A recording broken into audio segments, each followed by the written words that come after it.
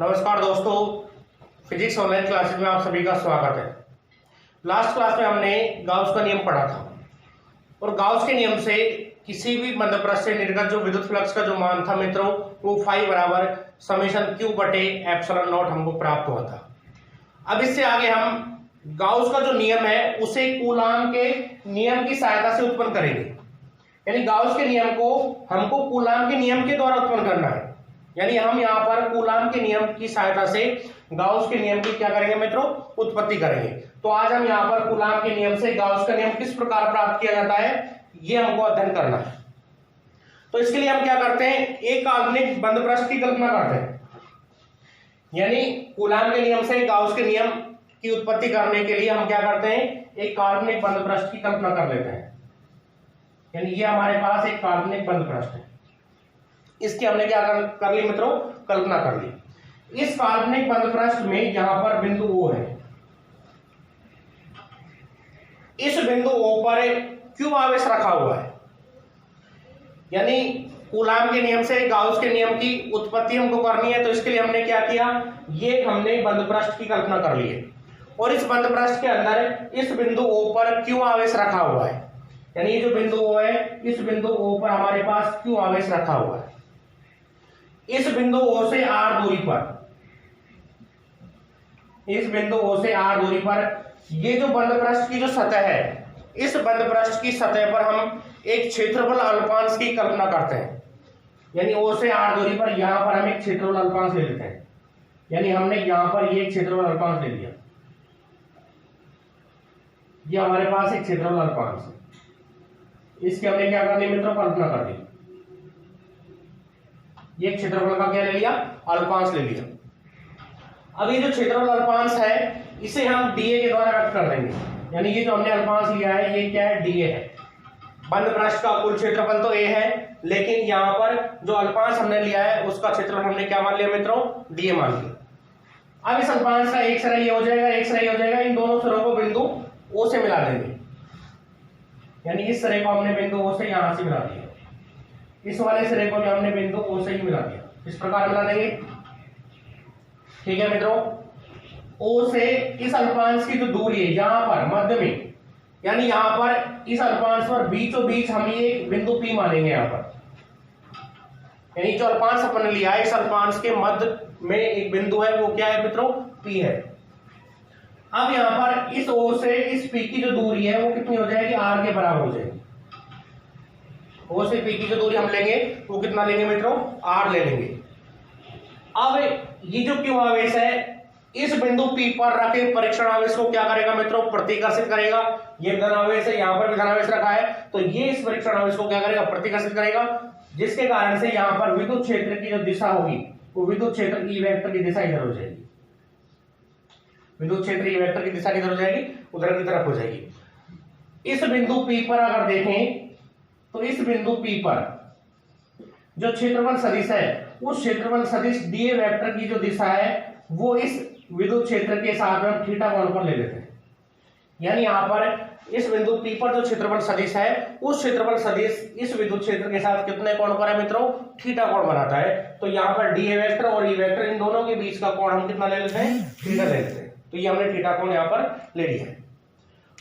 अब यहाँ पर ये जो अल्पांश है, इस अल्पांश के द्वारा, इस क्षेत्रफल अल्पांश डीए के द्वारा इस बिंदु O पर बनने वाला जो कोण होगा यहाँ पर, इस कोण को हम मान लेंगे डी ओम। ये घन कोण है। इस अल्पांश के द्वारा इस बिंदु O पर बनने वाला जो कोण है इसको हम घन कोण या ठोस कोण कहते हैं। या तो ये घन कोण कह सकते हैं इसको, या फिर हम इसको ठोस कोण कहते हैं। तो इसको हमने क्या मान लिया बच्चों, इसको हमने डी ओम मान लिया, ठीक है। तो सबसे पहले आपको ये चित्र ड्रॉ करना है, ये चित्र बनाना है। अब इसके बाद में हम कूलाम का नियम का उपयोग करते हुए गाउस का नियम उत्पन्न करेंगे। चित्र बनाने के बाद में कूलाम के नियम की सहायता से हमको गाउस का नियम उत्पन्न करना है। तो हमने क्या माना है, यानी बंद पृष्ठ में बिंदु O पर क्यू आवेश रखा हुआ है। इस आवेश से R दूरी पर, इस आवेश से R दूरी पर एक हमने क्षेत्रफल अल्पांश डीए लिया है। अब ये जो अल्पांश डीए है इसके मध्य में एक बिंदु P रखा हुआ है। इस बिंदु P पर इस आवेश के कारण क्या होगा, विद्युत क्षेत्र होगा, ठीक है। और क्षेत्रफल अल्पांश जो है इस विद्युत क्षेत्र के साथ कितने कोण पर है मित्रों, थीटा कोण पर है। तो इस क्षेत्रफल अल्पांश से, ये जो क्षेत्रफल अल्पांश अपने पास दिया हुआ है, इस क्षेत्रफल अल्पांश से निर्गत फ्लक्स हमको सबसे पहले ज्ञात करना है। यानी ये जो डी अल्पांश है, इस डी अल्पांश से कितना फ्लक्स पारित होता है, कितना फ्लक्स निर्गत होता है, वो ज्ञात करेंगे। फिर उस फ्लक्स का समाकलन करके इस पूरे बंद पृष्ठ से निर्गत फ्लक्स का मान ज्ञात कर लेंगे। और जो भी फ्लक्स का मान हमको प्राप्त होगा वो गाउस के नियम से प्राप्त फ्लक्स के कैसा हो जाएगा, बराबर हो जाएगा। और यही हमको यहाँ पर सिद्ध करना है। ठीक है, चित्र बनाइए। तो सबसे पहले हम क्या लिखेंगे, बंद पृष्ठ में बिंदु O पर क्यों आवेश स्थित है, किसी बंद पृष्ठ में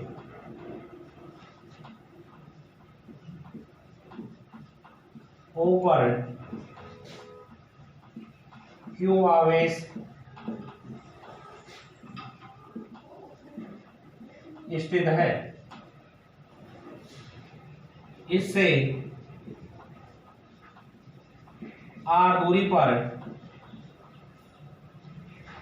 इससे r दूरी पर हमने क्या लिया है, पृष्ठ की सतह पर एक डी अल्पांश लिया है।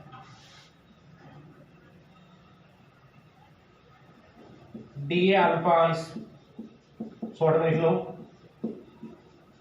लेते हैं।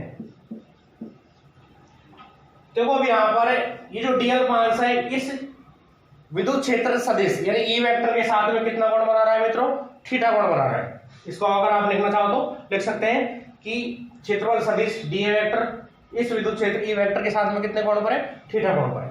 तो सबसे पहले आपको कूलॉम के नियम से इस प्लस क्यू आवेश के कारण इस बिंदु P पर विद्युत क्षेत्र ज्ञात करना है। तो सबसे पहले आप क्या करोगे, इस कूलॉम के नियम से इस प्लस क्यू आवेश के कारण इस बिंदु P पर विद्युत क्षेत्र का मान ज्ञात करोगे। ठीक है, तो आगे क्या लिखना है, क्यू आवेश के कारण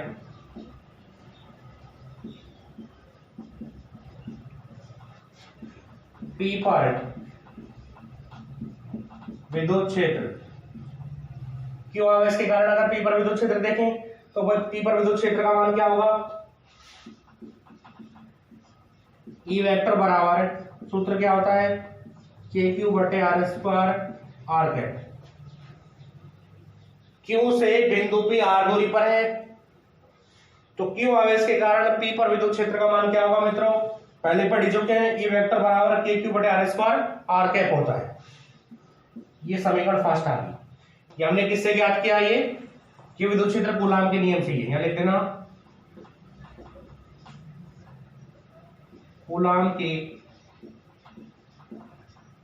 नियम से क्यू आवेश के कारण ये P पर विद्युत क्षेत्र है, E बराबर के क्यू बटे आर स्क्वायर आर कैप।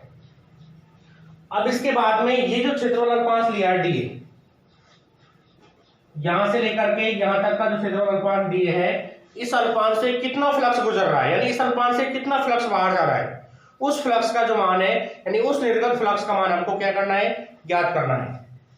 तो आगे क्या करेंगे,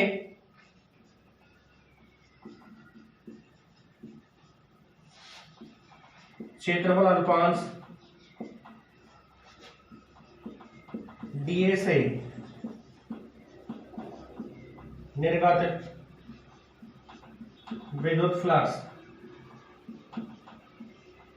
कितना हो जाएगा मित्रों, विद्युत फ्लक्स को डी फाई से व्यक्त करते हैं। विद्युत फ्लक्स की परिभाषा में एक सूत्र अपन ने पढ़ा था, डी फाई बराबर होता है E vector dot DA vector. तो ये आ गया ई वेक्टर डॉट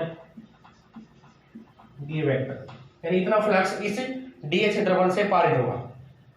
ठीक है, अगर इस पूरे पृष्ठ से निर्गत फ्लक्स का मान ज्ञात करें, यानी इस पूरे पृष्ठ से निर्गत फ्लक्स का मान अगर हमको ज्ञात करना हो तो उस फ्लक्स का मान कितना आएगा, इसका क्या कर देंगे मित्रों, समाकलन।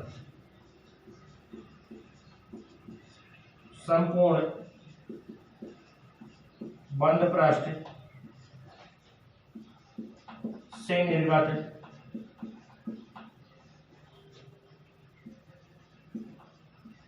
कुल विद्युत फ्लक्स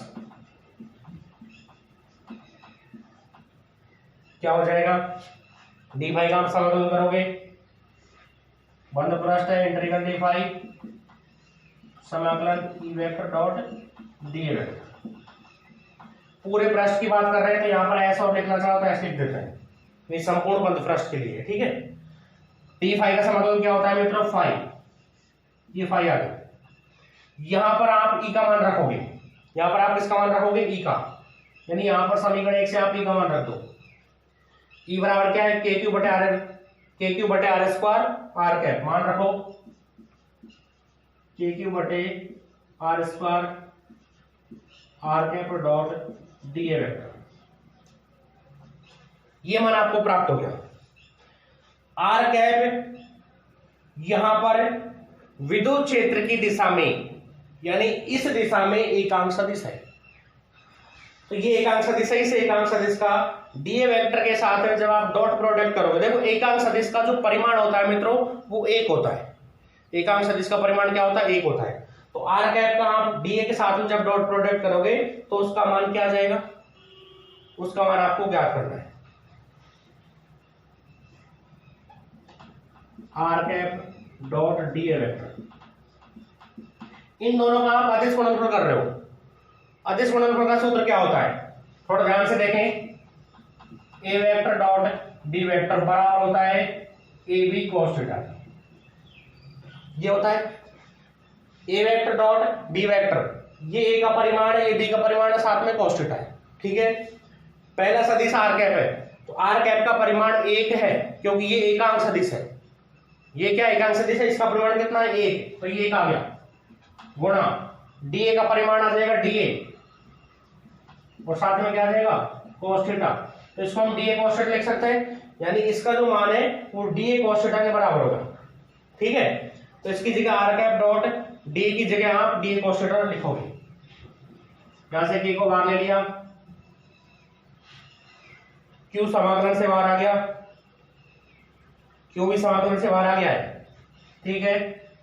क्या बच गया, समाकलन आर कैप डॉट डीए, इसकी जगह आप क्या लिखोगे, डीए cos थीटा,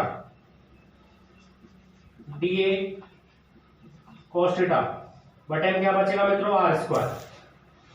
अब यहां पर ये जो डीए cos थीटा बटे आर स्क्वायर जो है, यानी ये वाला जो पूरा मान है, ये मान इस डीए अल्पांश के कारण इस बिंदु O पर बनने वाला घनकोण है। यहां पर आपको थोड़ा ध्यान से समझना है, ये स्थिति आपको याद ही रखनी है, 100% आप याद रखोगे तो ही आप इसको सोल्व कर सकते हो, अन्यथा इसका कोई सोल्यूशन नहीं है आपके पास। यानी यहां पर डीए cos थीटा बटे आर स्क्वायर, ये जो मान आपको प्राप्त हुआ है, ये मान इस डीए अल्पांश के कारण इस बिंदु O पर बनने वाला घनकोण है, और इस घनकोण को आपने क्या माना है, डी ओम। तो डीए cos थीटा बटे आर स्क्वायर के स्थान पर आपको क्या रखना है मित्रों, डी ओम रखना है, यानी डीए cos थीटा बटे आर स्क्वायर की जगह आप क्या रखोगे, डी ओम रखोगे, इसकी जगह आप क्या रखोगे, डी ओम रखोगे, ठीक है। अब मैं इसको साफ कर देता हूं, आप इसे साथ साथ नोट करें, थोड़ा ऊपर साफ कर देता हूं।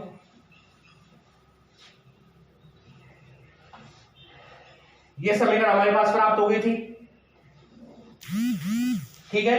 डीए cos थीटा बटे आर स्क्वायर, ये क्या है, ये पूरा मान, समाकलन के इधर का ये जो मान है, ये मान क्या है मित्रों, ये मान इस अल्पांश के द्वारा इस बिंदु ऊपर बनने वाला घनकोण है, इसको हम ठोस कोण भी कह सकते हैं, और ये हमने क्या मान रखा है, डी ओम मान रखा है, तो इसकी जगह आप क्या रखोगे, डी ओम रख दोगे।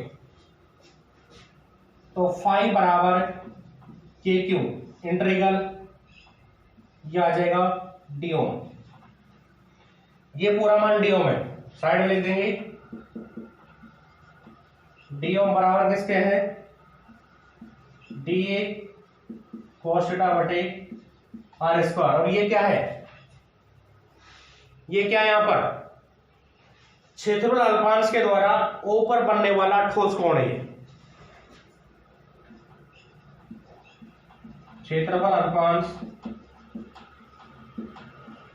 डीए द्वारा बिंदु O पर बनाया गया ठोस या घनकोण, ये है, यानी डी ओम इस क्षेत्रफल अल्पांश डीए के द्वारा ओ पर बनने वाला घनकोण है। इसकी जगह डीए cos थीटा बटा आर स्क्वायर की जगह आपने डी ओम रख दिया। अब यहां पर जब इस डी ओम का आप समाकलन करोगे तो इस बिंदु ओ पर बनने वाला ये कुल ठोस कोण आ जाएगा। ये डी ओम है, इसका आप यहां पर क्या कर रहे हो, समाकलन कर रहे हो। यानी समाकलन जब भी किया जाता है तो समाकलन करने पर कुल वैल्यू का मान हमको प्राप्त होता है, टोटल वैल्यू का मान आपको प्राप्त हो जाएगा। तो यहाँ पर कुल बनने वाला जो घनकोण होगा उसका मान आपको प्राप्त हो जाएगा, और इसका जो मान होता है यानी किसी भी बिंदु पर बनने वाला कुल जो ठोस कोण होता है, कुल ठोस कोण का जो मान होता है वो 4 पाई होता है। यानी फाई बराबर आ जाएगा के क्यू, इस समाकलन की जगह पर, पूरी जगह पर आप क्या रखोगे बच्चों, 4 पाई। तो आपने 4 पाई यहाँ रख दिया, ठीक है। या साइड में लिख देंगे क्योंकि इंटीग्रल डी ओम बराबर किसके है, 4 पाई के। ये 4 पाई हो गया। के का मान आप रखो, के बराबर किसके होता है, 1/4 पाई एप्सिलॉन नॉट होता है। तो फाई बराबर के की जगह आपने रखा 1/4 पाई एप्सिलॉन नॉट, क्यों ऊपर आ गया गुणा में 4 पाई आ गया। 4 पाई से 4 पाई कट गया, तो फाई बराबर यहां से बच गया क्यू बटे एप्सिलॉन नॉट। और ये अपना कौन सा नियम है मित्रों, ये अपना गाउस का नियम है। ये अपना कौन सा नियम प्राप्त हो गया, ये अपना गाउस का नियम प्राप्त हो गया। तो यहां पर कूलाम के नियम की सहायता से हमने गाउस का नियम उत्पन्न किया है, और हमको लास्ट में गाउस का नियम क्या प्राप्त हो गया, फाई बराबर होता है क्यू बटे एप्सिलॉन नॉट के। यानी फाई का जो मान है वो क्यू बटे एप्सिलॉन नॉट प्राप्त हो जाता है। यहां पर हमने इस पूरे बंद पृष्ठ के अंदर केवल एक ही आवेश माना था, क्यों, अगर एक आवेश है तो क्यू बटे एप्सिलॉन नॉट हो जाएगा। अगर मान लेते यहाँ पर Q1 Q2 Q3 कई आवेश होते, कई आवेश अगर होते तो कई आवेशों का योग क्या आ जाता मित्रों, सिग्मा क्यू हो जाता। यदि बंद पृष्ठ में, यदि बंद पृष्ठ में Q1 Q2 Q3 Q1 आवेश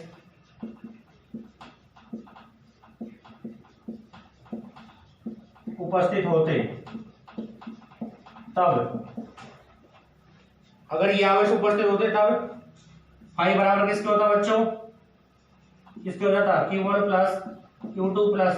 देखो यहाँ पर फाई का जो मान है, पहले आवेश के कारण अलग फ्लक्स होता, दूसरे आवेश के कारण अलग फ्लक्स होता, तीसरे आवेश के कारण अलग होता। यानी फाई का जो कुल मान है वो सभी फ्लक्सों के योग के बराबर हो जाता।